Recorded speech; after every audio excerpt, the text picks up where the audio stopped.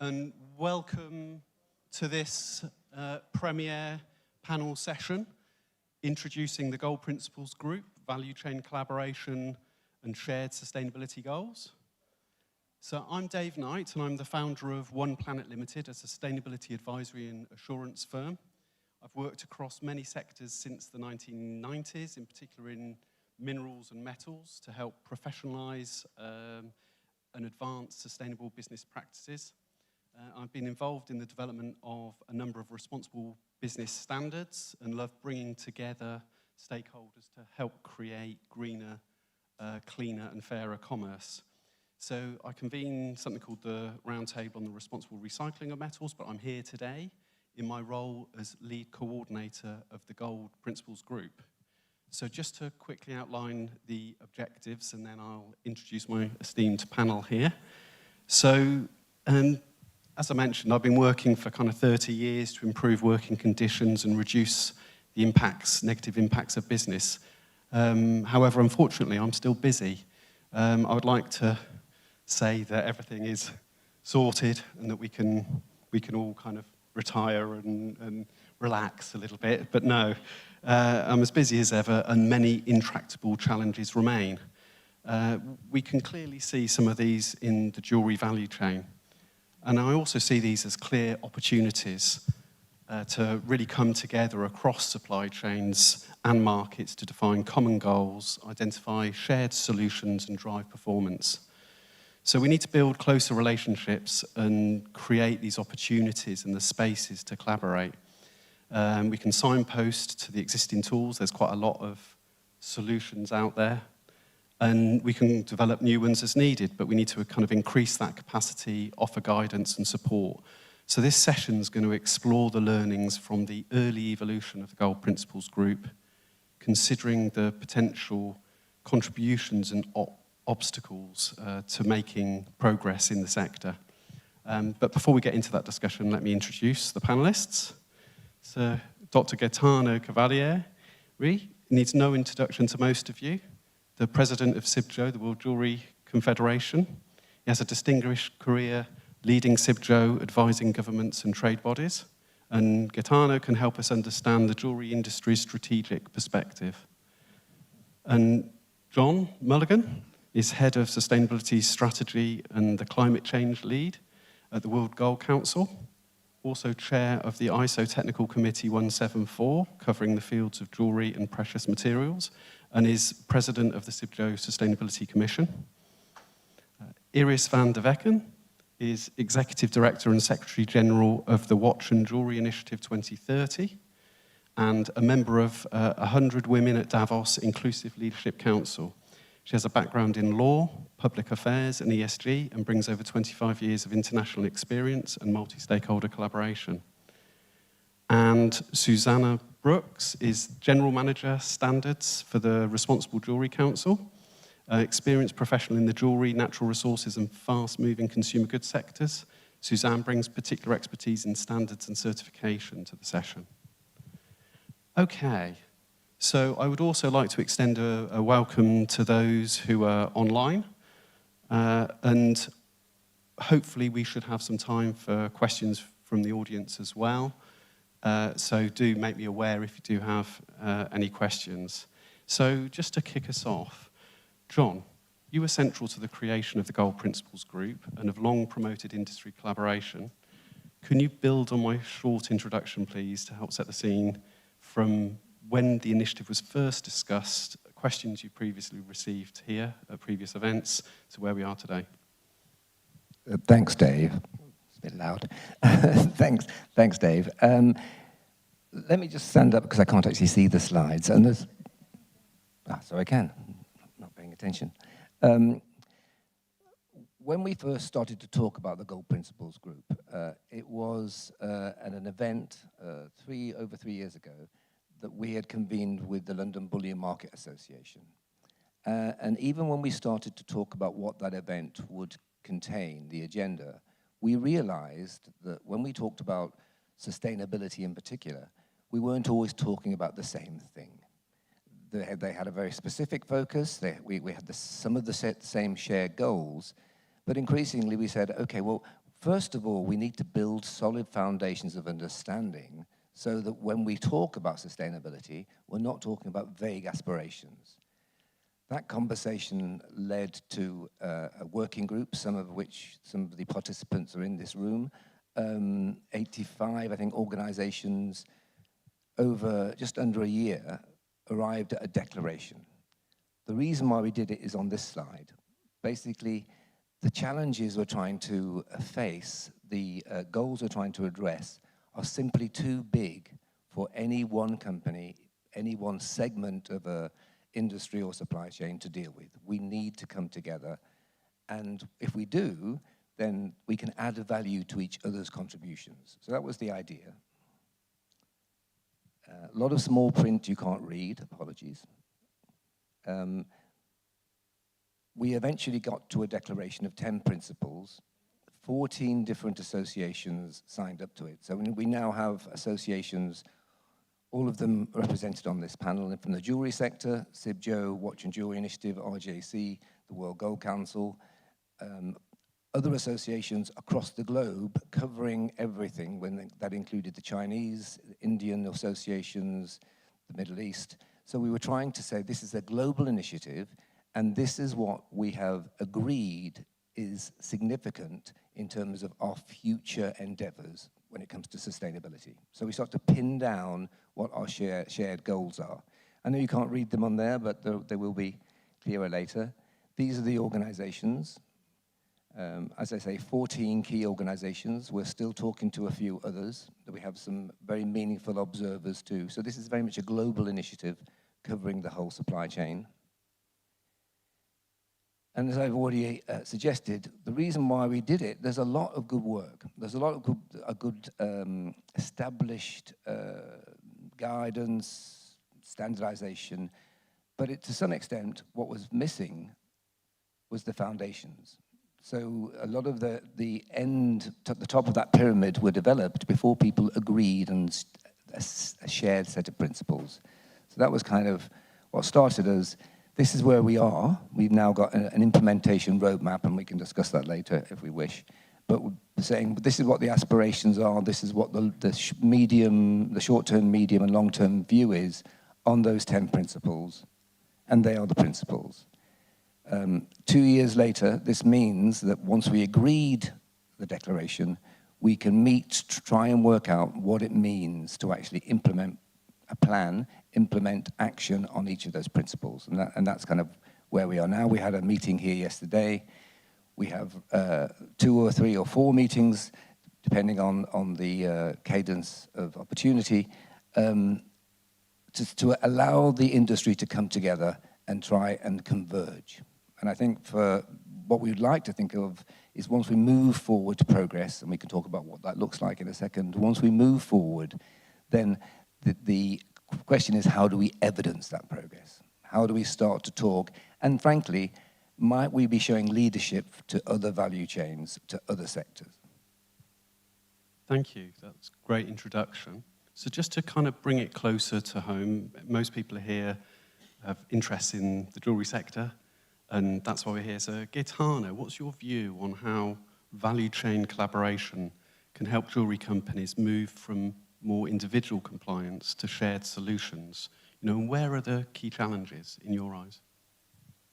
Well, the role of Cibjo, the World Jewellery Confederation, which is representing the entire supply chain from mine to retail, is to harmonize international rules. And because we are the one recognized and sitting at the Economic and Social Council of the United Nations, we are committed, not only because we are recognized, but because we believe in those principles since ever. We are trying very hard to put the people together. And when I say the people, means the major experts in the world.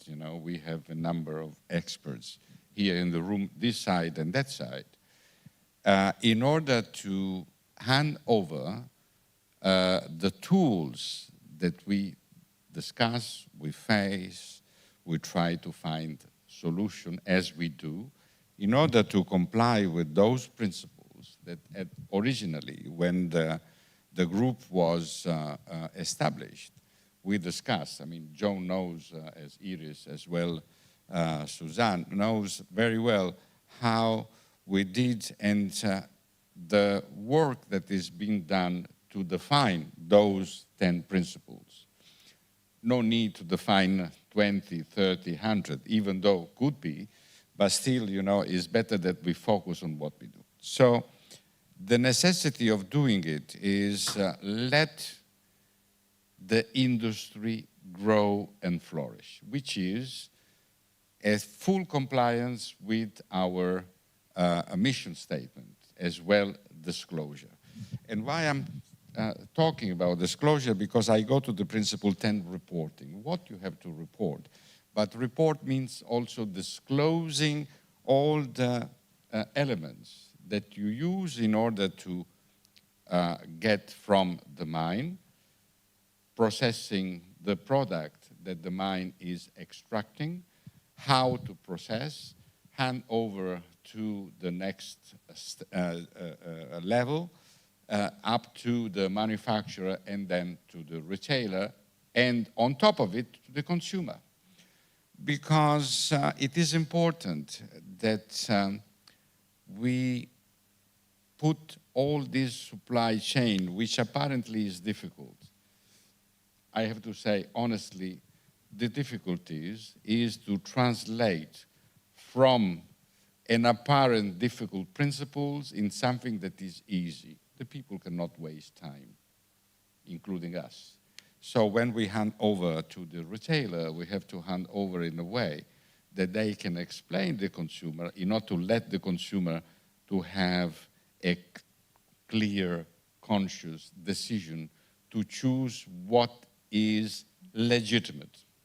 Because in all these things, in all the principles, you know, responsible sourcing, advances, SDGs up to the 10th, the element that link everything is transparency, is legitimacy, is full disclosure, and I can continue in that. So this is the element of the entire supply chain, because the element that at the end is going to be a win-win or lose-lose is how to the industry, including the entire supply chain through the retailer, is handing over an offer to the final consumer. So we are absolutely sure, because we have done a lot of research, a lot of discussion. I mean, our experience about the industry, I'm not talking about my personal experience, the industry experience is so important and so heavy that at the end of the day, we can offer to the final consumer something that has a real value, not only as a result of the value of the components, meaning gold, platinum, silver, diamonds, pearls, color stone, and so on, but also the value of the added value of the processes made by the companies, and also the added values of the principles that are handed over to the consumer. So that's our role.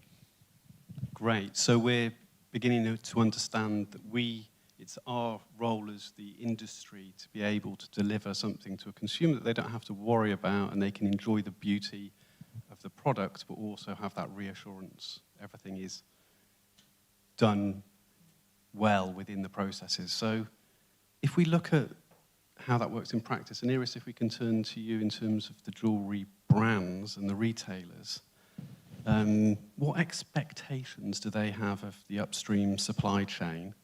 How are these developing? And how do you think the industry can best respond so that they can then pass this on to the consumer? Well, first of all, it's wonderful to be here in Vicenza, and allow me to thank you, Dr. Gaetano, Cavalieri, and Cibjo for uniting us. And, you know, here we are, the Responsible Jewelry Council, Cibjo, the World Gold Council, present in one room. And I think that's very important that we have this collaborative approach, because the more that we're going to disconnect a vision, the more we're going to confuse stakeholders, policymakers, customers, etc. So I'm really delighted to be here.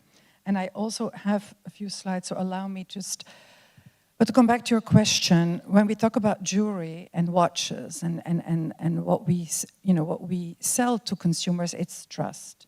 And I think wherever you are in the supply chain, it's not just at brand level. You need trust from the moment you're going to source, your colored gemstones or your diamonds or your gold. It's really, and it's what you talked about, Gaetano, it's really that value chain connection that's critical. And we see a lot of challenges, and I just want to try to put them here, because when we look at different materials, different materials have different impacts, and they have different impacts from the moment they're mined and the moment indeed they're transferred through that supply chain. And all the components, if we think about human rights due diligence, environmental due diligence, if we think about decent labor, if we think about the ecosystem, the water, the nature, climate, all these components need to be integrated to deliver that trust to the consumer. So when I talk about sustainability today, it's not the traditional definition that we had 25 years ago. And I think that's where we focused as an industry very much on social justice, which is essential. Human rights is critical.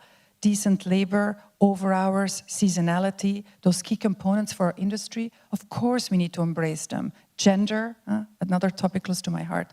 But what's added on, and it's not just because of legislation, is our dependency on nature, on water, on environment, the topic of decarbonization.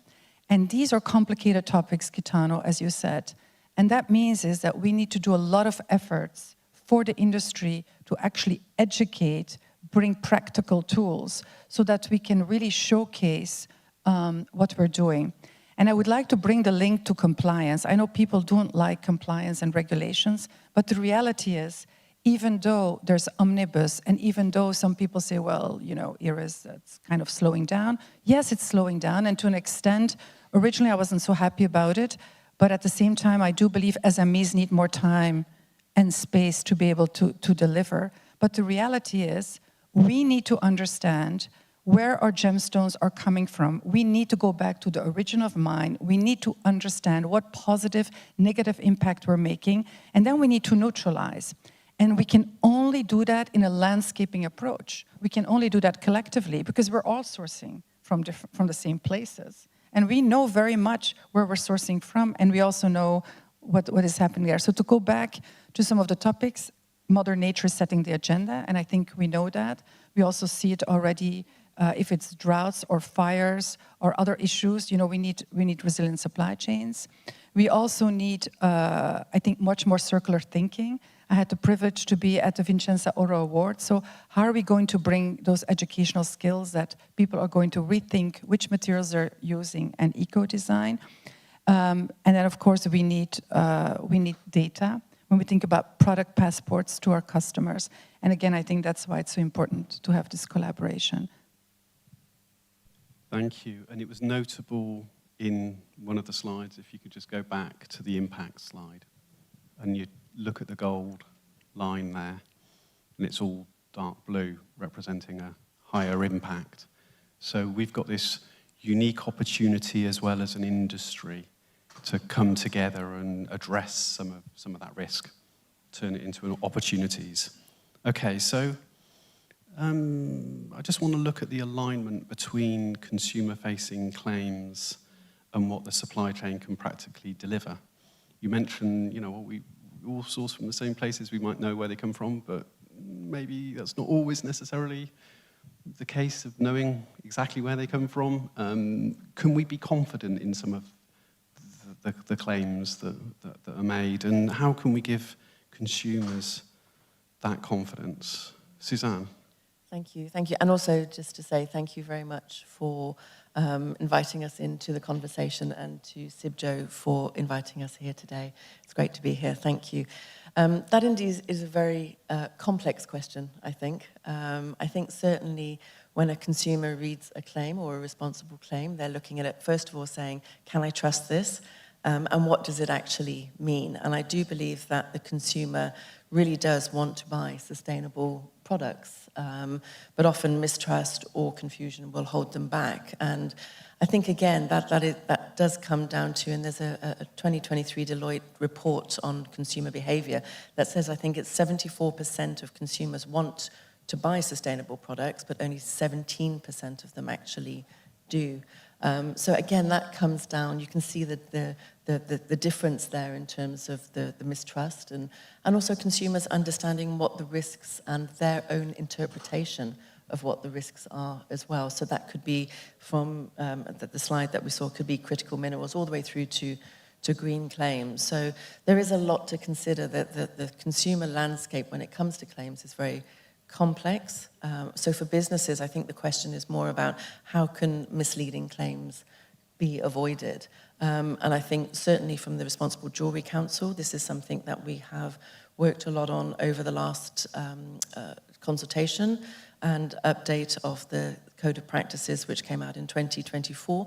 There is a claims provision that has been strengthened around those requirements for members to help businesses understand the complexities around what claims are. And from a signatory's perspective, coming onto the group, I think being able to provide practical guidance to members when it comes to making claims. So first up, we would look at evidence and transparency. We've spoken about that, and trust for the consumer. Rooting the claim in evidence and retaining the data of that evidence so that it can be audited. Again, it's being able to challenge the information that's coming in from the claim. Understanding the scope of the claim and avoid misleading consumers by saying that the claim covers the entire supply chain, when in fact it is certain points along the chain. And then again, anchoring it to credible standards like the Responsible Jewellery Standards and the Code of Practices as well. The frameworks that are provided there ensures that members do have their claims audited, verified, third-party, international, but also in addition to provenance claims as well, considering other claims with regards to sustainability. It's about the membership, it's about certification, even the use of logos. So so the complex nature of where those claims needs to be aligned in that respect. And then you can talk about communications, consistency across packaging, marketing in that respect as well. So I think for the consumer, it's a very complex landscape, but luckily with the collaboration of the Gold Principles Group and also the signatories, there's a lot of information and a lot of materials and a lot of guidance that can be provided in order to help the members and the wider industry as a whole. Great. So we've heard an example with the Responsible Jewellery Code of Practice. So I'd just like to kind of open it up as well. So if you wanted to buy responsible jewellery, would you all be clear? Or responsible gold? Would you know what to look for? And let's just have a show of hands. If you would, and you're totally clear, put your hand up, and maybe I've got an informed audience here, and I can't see the people online. But yeah, we've got... They were friends of my daughter in America, and they wanted to buy sustainable jewels for engagement rings. And I told them that there was a Responsible Jewellery Council. They can also look at the Blue Book, at the Cibjo, to know what it is. They made the whole process to read everything. Wow. They have chosen somebody with the logo of Responsible Jewellery Council in America. And I'm based in Europe. And no, it's not difficult, just to pass the information. Okay, so we have some informed people in the audience, which is great. And if they've read the Code of Practices, that's fantastic, 542 pages.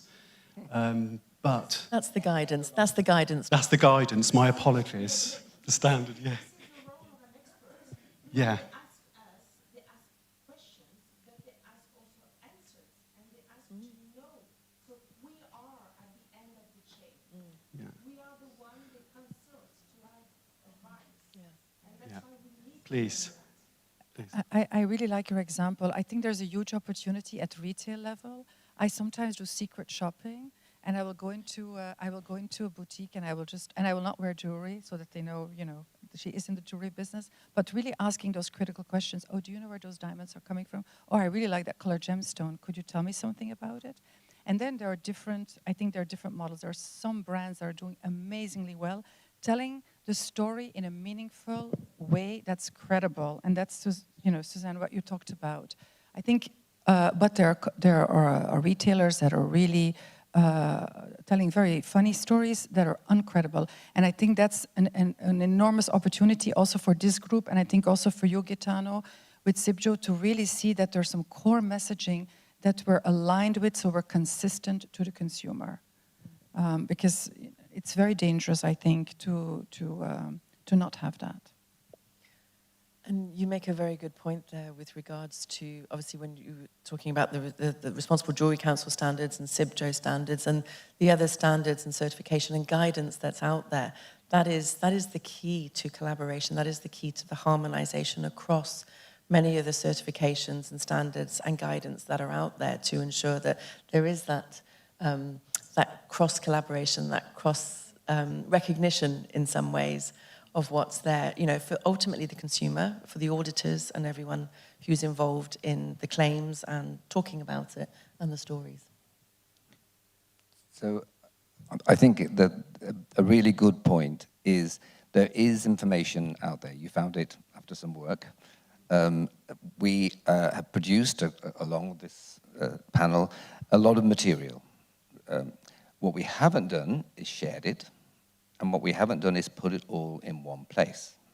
And I think, so I can speak for both the Gold Principles Group, also for Cibjo, that is an objective of both the Sustainable Development Commission and the Gold Principles Group, and I think it's fair to say, Iris, we share that objective, to try and start to cross-reference our material, so you don't find one thing in one place and one thing in another, that you are clear that they're consistent, and if they're not consistent, it's our job to make them so. And I think that is one of the fundamental drivers of this thing called the Gold Principles Group, and we do think it's a model which we hope will be more widely applicable, because if there are, we've already got, what, 20-something, 30 documents and guidance documents we pulled together already.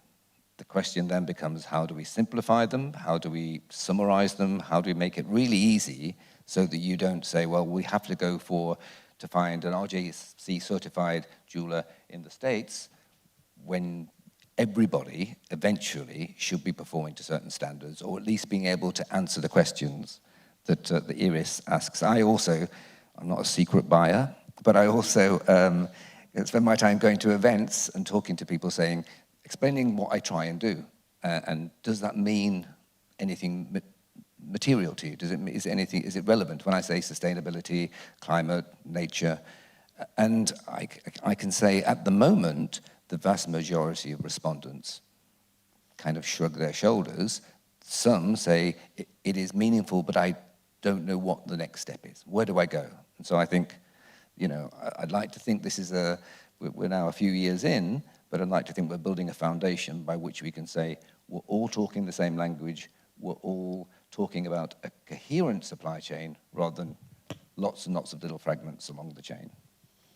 Thank you. And just to come back to Gaetano, so you did mention, you know, transparency is key as well. That's one of the things that the Gold Principles Group is aiming to achieve, to provide that window on the whole gold value chain in this case.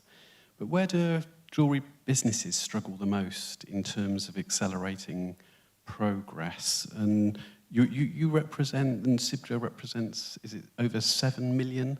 And I know, you know, you work very hard and have probably spoken to a large amount, perhaps not 7 million jewellery businesses, but I know that you're incredibly prolific. So what's your take on what are the key challenges of the information that they need? Well, first of all, we communicate to all our members. And obviously, since the existence of the social media, we put everything in the social media. And our communication director, Stephen, that I don't know if he's in the room. Yes, he's there. You have a taller guy in front, so I don't see. Alessandro, could you please move? I don't see Stephen. Yeah, thank you very much. and evidently we need to bring the information. And when I say we, it's not Cibjo, it's the industry in general as a whole, to bring the information to the people, to the consumer, to the public, but also to the industry. Because, I mean, what we have seen in the principles that has been showed previously, the element is, and our friends was mentioning the Blue Books as well, the Responsible Jewellery Council principles, or the pillars from the Watch and Jewellery Initiative, or all those elements on which we all collectively are working, let's say, let me define what the way we define the activity in Cibjo is a living document referring to the Blue Books, each one.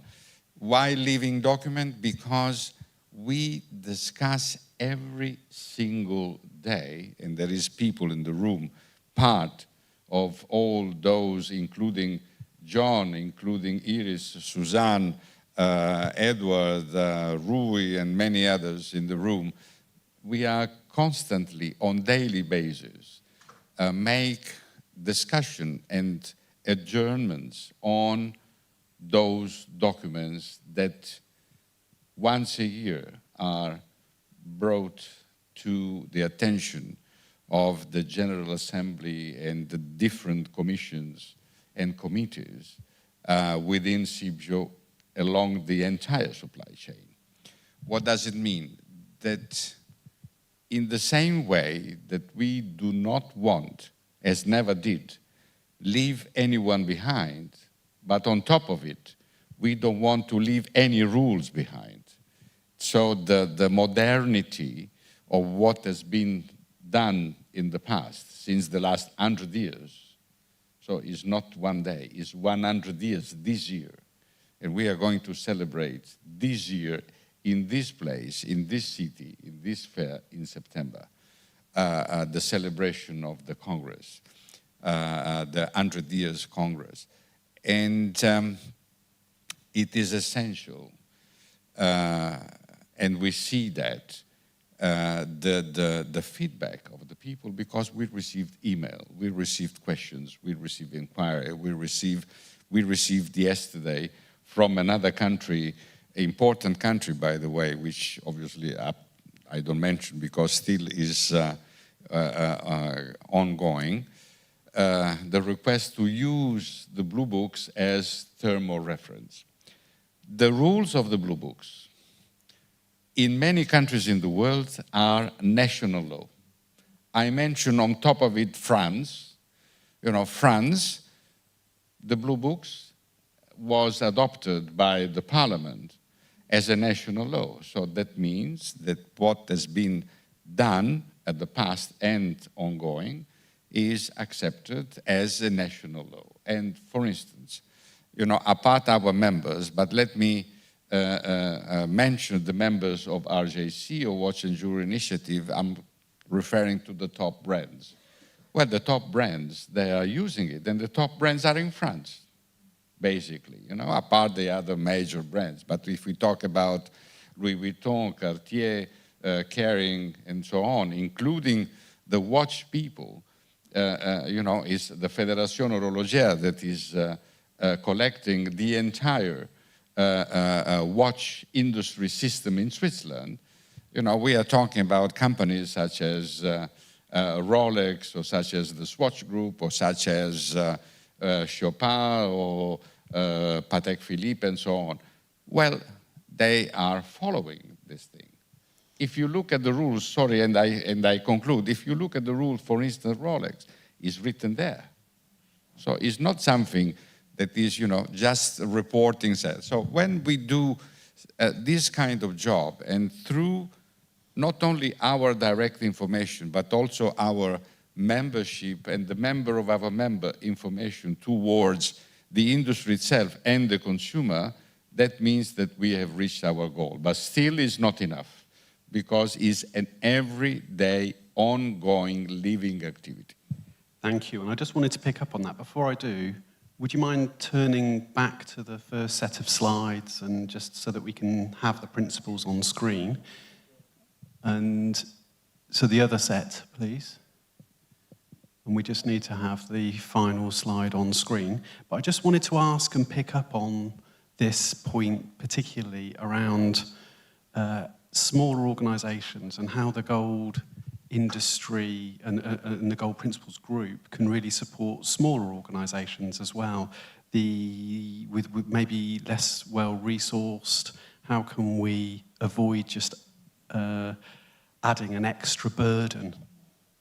Yeah, thank you, that's perfect. So how can we avoid having an extra burden on the SMEs and the small jewellers? Go on, Iris. Oh, John? Yeah. No, well, so I think when most of us have tried to advance particular principles, and I'm talking about my experience both with the Cibjo and the Watch and Jewellery Initiative, we often found, or still find, that there's an obstacle in capacity building. There's a lot of small, very small companies with certain small resources or a very dedicated focus. And so what we have discovered is some of our expectations and aspirations basically need to be supported in ways that we wouldn't expect of a larger company or a more established, well-resourced brand. So I think the question then becomes, is the SME an obstacle to progress, or is this the opportunity by which we can advance progress in quite some substantial scale? And that means we have to understand the capacity and what tools, and we mentioned a lot of tools already, but what tools are easily accessible and digestible and actionable by the SMEs. And so I think it's fair to say we're all very mindful of that. You mentioned the big brands that Gaetano mentioned. A lot of those are pretty much certainly on the curve and ahead of the curve in many instances. They don't really need that much help. We still need to maintain consistency. We don't want, frankly, the leaders to depart from the sector without the rest of the industry moving. So building tools and then adapting them, and this is probably equivalent to some of your conversations at the RJC too, is how do you make this immediately actionable? And really importantly, how do you incentivize the SME? How do you say this is an opportunity for you to add value to your business? Because if you don't express and articulate the incentive, this just seems like a burden. It seems like something that is out there, but we'll address it tomorrow and not today. So I think articulating the opportunity, simplifying the resource, sharing so we can build capacity, even if, frankly, many of our stakeholders don't need it. I think that is a kind of key, and certainly my learning from both the Gold Principles Group, but also my experience in Cibjo and elsewhere. Iris, I think you've got something to add. Yes, I'm just going to try to ask if I can see my slides again. Someone can help me. Well, we're jumping back and forth, thank you. Yeah, I don't know how it works. No, let's just see. Wait, let me just... Okay, so first of all, I want to say this is already the approach of the initiative, and we believe it's very important to have brands as frontrunners that are inspirational, that share that knowledge, and Gaetano, you know that as being part of the board, and we have some incredible leaders there. But as an initiative, we believe it's very important to not leave the SME community behind and really help them advance on topics that seem to be complex, but are also really relevant for them to start engaging with. And I think something I want to just give as a practical example is, for example, and it's something I'm actually with humility proud of. 2 years ago, no one was talking about nature except the big brands. And you know this, Gaetano. Thanks to caring, let's be very honest, to Mrs. Marie-Claire Daveux, who has been a front runner on this topic, we said, why don't we start with 120 days of nature learning for SMEs? So we had actually a program of 4 months where companies were going through education and then giving them a tool, which we call the Nature Action Playbook, with little steps to take, but also the opportunity to get help desk support. So to really understand what is my dependency on nature, why does it make business sense. How do I need to tackle these topics? But also very much from a compliance perspective for at a later stage. So we've done it. We have the first results. We will be announcing them soon. But we saw it's possible. Because today we see that a number of companies have shaped their nature roadmap, including about 30 companies that are smaller, so we're quite proud of that.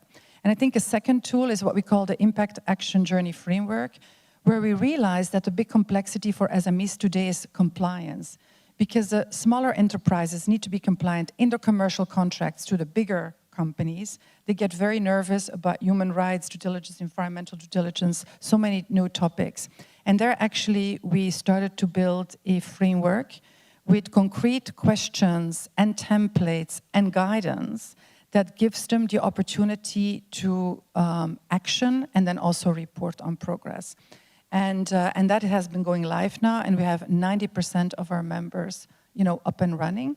And I think the beauty is that you get your own management dashboards, and then we talk about business value, because if you have a small enterprise and you do want to have your management report, you need to have that. So aligned with policies. And then of course, finally, and this is something we've been working very much closely with Cibjo on, is really resources. The first thing is to educate. So we've been really investing a lot in education on human rights due diligence, on introduction to nature and water. And in March, we'll be launching a water stewardship tool for smaller enterprises. And I think we really look forward to testing this with the industry. We've tested it with a few suppliers and brands, but to scale it and to make it better. And I think one final point is there are many tools out there. And I agree, John, and I think Suzanne and Gaetano, we need to bring them together in one place. But also I think tools need to be relevant to legislation. I think there are too many tools and guidance out there that is not relevant to policy. We're going to confuse people. We're going to put an extra burden on top of it. So for me, that alignment with the policymakers is critical. Thank you. So we've heard that we've got to articulate the business case, how we add value, make it easier, simplify, make sure that it links to core business needs like compliance, and simplify it so it's easier for people to access. So as a gold principles group across the value chain, we've got this opportunity to start put that in practice and not necessarily recreate the wheel all the time. We've seen a lot of that, but we need to increase access and communicate more. So I want to that's great. And just to check in, is there any more comments on how we can get SMEs involved? Otherwise, I want to just take us back to standards, because in the same way that there's many different tools and guidance, there's also quite a lot of standards. And so how can we kind of support that collaboration and certification programs? How can they complement each other? And how can the work of the Gold Principles Group support that process? And Suzanne, you're probably best placed to start us off with that one. Thank you. And I can perhaps reflect on what Gaetano was saying with regards to this all being, it's a living world that we're living in, a living space with the materials, with the documentation, with the standards. It's constantly evolving. When we're looking at members, we've been talking about sort of the scale and the scope of our members, from different points of the supply chain, also different sizes, the smaller businesses as well. So from a standard setting organization or certification perspective, you're getting standards that represent the supply chain, also from mine through to retail, large organizations, big brands, smaller companies, manufacturers, retailers, right down to the cutting edge. So with a standard setting organization, what you're getting is the constant evolution, the stakeholder engagement, the consultation.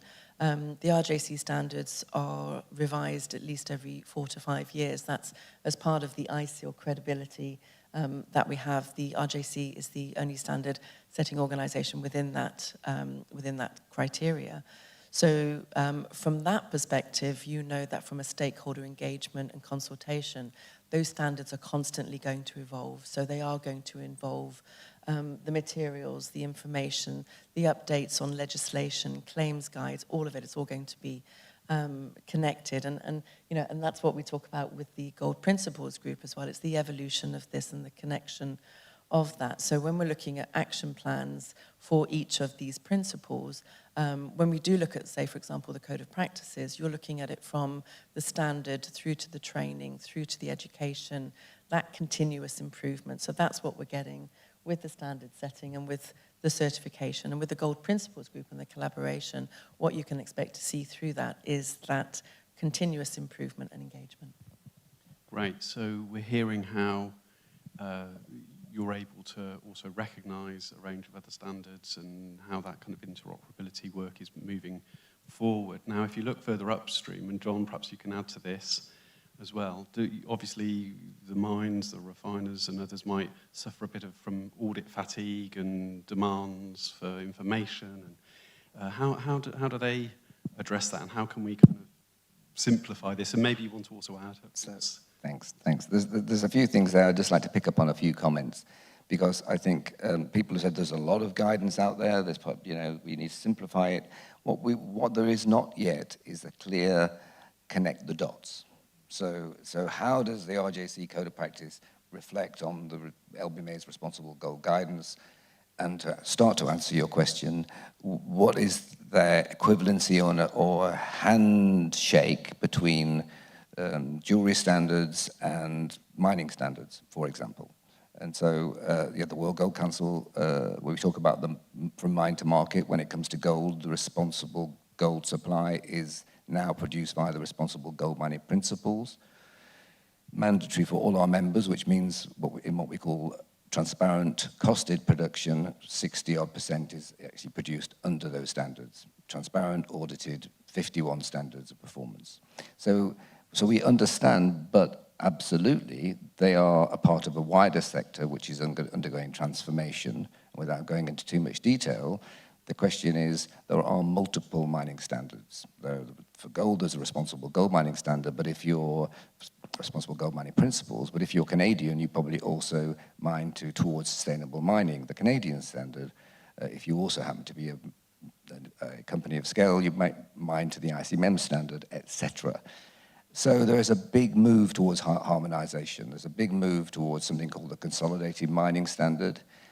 What is important is not, for this audience, perhaps the detail, because there's thousands and thousands of pages, I was going to say, but certainly thousands and thousands of words to consume.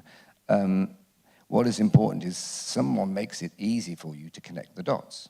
Someone makes sure that the person developing the mining standard is talking to the refiner, is talking to the jeweler. And I think that's what's missing for me. So I think we build capacity, we define the tools, we explain, we hopefully simplify, or certainly simplify access, and then we start to connect the dots. And I can say 21 years in the gold industry, miners rarely speak to jewelers, let's be honest. Refiners rarely speak to jewelers, apart from the clients. They certainly don't engage in this kind of discussion. There was a question about the fact that discussion, is there too much talk? And I absolutely sympathize with that. But this is quite early on, and it's only 3 or 4 or 5 years where we started to get people to talk. If we're going to get them to agree to share, we can start to connect the dots. And so for me, I didn't really answer your question, but I think in terms of the trend is harmonization. The thing that comes after that is still describing why that standard is material, relevant, of value to you and your business. And for us, as the industry representatives, trying to connect the dots. Okay, thank you. And I just want to actually dive in, John. Price of gold has risen, people might have noticed, quite a lot, 2025. Is this presenting additional challenges to the value chain? I think this is your curveball question, isn't it? Additional challenges. So there are quite clearly challenges in just market participants responding to the price. Okay, so I'm buying gold, it's more expensive than it was before. That, I don't think, is the point of your question. One of the challenges that we are facing in the gold market is when we talk about responsible gold, we at the World Gold Council think we know what we're talking about. We think, okay, well, we've defined lines. Once you look over that line to the informal sector, to gold that's produced outside of regulation, unfortunately often outside of law, the question is, well, what does that mean?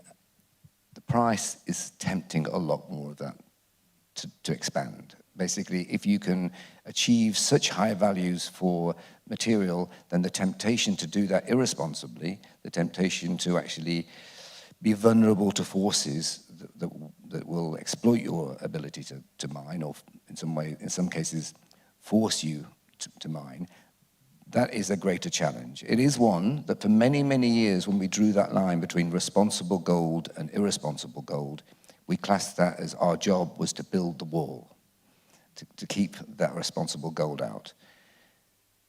The scale of that gold production now and the scale of the challenge is such that we can't keep building the wall. We have to find ways to build the bridge, if you like, between allowing what we can identify as responsible production and then trying to bring it into the fold, bring it into the mainstream. The challenge is extraordinarily complex, but it has become, in the last few years, a mission of the World Gold Council.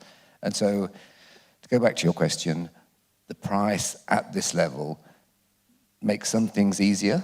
It makes some things easier to fund and make more affordable and attract positive agents into the market. It also makes it an expanding market, and therefore the challenges keep growing. Thank you. I'm just conscious that we have, maybe 7 or so minutes left, and I just wanted to just see if there's any questions that are arising from everybody in the room. Nothing at the moment.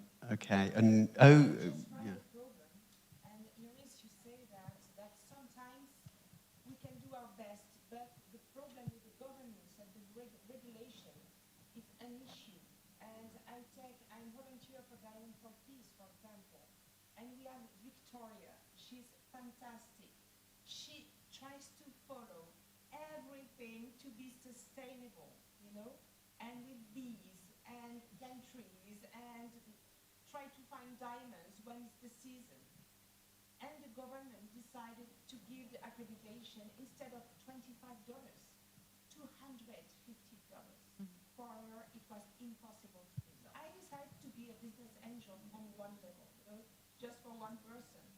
This is an issue.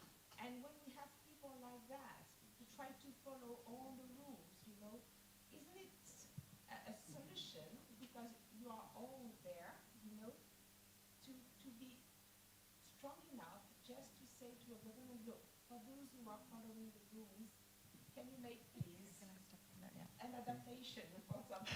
Well, yeah. First of all, I think the world has never been so complex. So it used to be that actually governments gave us certainty and strong policies and consistency, and in most of the world, stability. So today, the whole world is shaken up. I think what is important for the industry as a role is that, of course, we need to be closer to the policy makers, that they understand the complexity of our supply chains, depending on gold, colored gemstones, diamonds, etc. Because sometimes we see that when policies are created and there has been no engagement with governments, that sometimes it has very strange repercussions that are very difficult to operationalize. So it is really not only an administrative burden to the company, but a high cost. So for me, that consistency in public affairs is essential. And if we talk, for example, with Europe on what's going on with Omnibus, because actually most of the big brands were ready for the legislation. Now it's softened. The dilution of some of the proposed legislation. Yeah, proposed legislation. For example, we as an initiative, we've done a pilot of 18 months with some brands and suppliers to look at some of the topics of the legislation and the repercussions into the value chain, from the double materiality, deeper environmental due diligence. And I think this could be really interesting for this group, and it will go into consultation with the World Gold Council, Cibjo, and RGC, of course, is we've actually built a mapping of the world to look at all the risks depending on the materials, but not just from a human rights perspective, but also from an environmental rights perspective. And that work is going through multi-stakeholder consultation, so civil society, key leading organizations, but also some key policy makers. Of course, in an ideal world, you will then go, with the experts on gold or colored gemstones to certain of those regions, if we're thinking about Mozambique, Madagascar, you name it. But I think that really needs a collective approach as an industry, and unfortunately today that's not happening. So I think you have a very good point there. Yeah. So stronger policy. Okay, so we are coming up to time, but I just want to finish off with a question to each of the panelists. So in 2 to 3 years, what would a jewellery company in this room or online, those joining us online, what would they be doing differently if collaboration through the Gold Principles Group is working? And first of all, I think the need to explain so much would be diminished. And what I mean by that is that we spend a lot of time just trying to explain some basic terminology, terms of business. What do you mean by this? What are you looking for? I think, would you say 2 years? 2 years is not that long. 3 years? Well, okay. What I would say is that the various players along the supply chain, including the consumers, know the questions to ask. They know the questions, they ask informed questions, and they know the value of what they're seeking. I think that sounds like a fairly simple thing, but actually I think it means that then allows you to have meaningful responses along the supply chain, because if I know what you're asking, I have to provide you with a meaningful answer. And I think that means that from the jewelers buying materials, the people in the intermediaries, whether it be brokers or refiners, and the producers, and that's not always miners, it can be other forms of supply depending on the material, but they know what they're going to be asked. That for me, knowing the question and hopefully allowing us to know what a good answer is, will get us further. Suzanne. I think that businesses would be more connected. They would know where to go to for the information in a more consolidated way. And I think more resilient, so they would have the understanding of the consumer, the landscape, because of the information that's out there and the depth and breadth of the data that's available to them. That was quite nice and concise. Thank you. Iris? I would say they do it, they action. They have the tools, they understand, and I really like what you say, Suzanne. They realize it's about business resilience, because when I spoke about compliance, I don't want to use that as an argument. It is about business value. We are a consumer-facing industry, so that desirability and that emotional connection that needs trust, and trust is a shared responsibility. Gaetano. Collaboration. I mean, Iris said that thanks to me, to Cibjo more than me, that we are bringing, as we have brought, all the organization under the same roof. Exactly. The organizations represent companies and people. And we are serving the industry because of the people and for the people. Having this kind of representative from the different organization here, it's not easy, because apparently we are sitting here, you know, but it's not easy, because each one is busy, each one has its own procedure, but we have found naturally, not because we were pushed to do that, the opportunity to work together, to literally use each other, and the result that each constituency is bringing to the table. Because at the end of the day, you know, let me make a sort of comparison with because my name and your name, you know, the knights of the round table, right? Absolutely. And we all sit in the round table. And the round table is round because no one is the head of the table, but everyone collectively are the head of the table. So this industry is united, could be more united once we will reach finally everyone that we are. I mean, I am very open to be criticized, whatever. Important is that there is a benefit towards the industry and from the industry to the consumers and vice versa. You know, each one of us is doing things. RJC with the certification, with all the rules, quite strict, or very strict, which is okay, you know.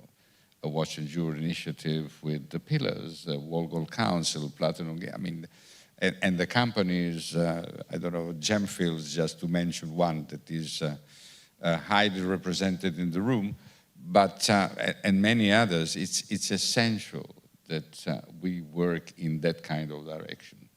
Still, every comment, every criticism, every input is welcome, because at least, I mean, this is not, none of us is God, right? So we are not the warden of the truth, but still we try to bring whatever we can, considering the skill, the knowledge, the scientists, the elements we have, to bring a positive thing, benefit towards the consumers.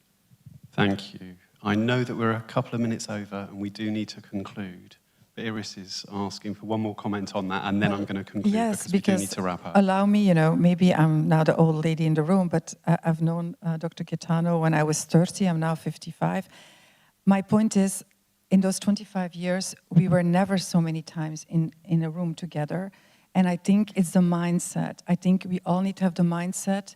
We're not here to compete we're not here to compete on trust, no, because if it's broken, we're all hit as an industry.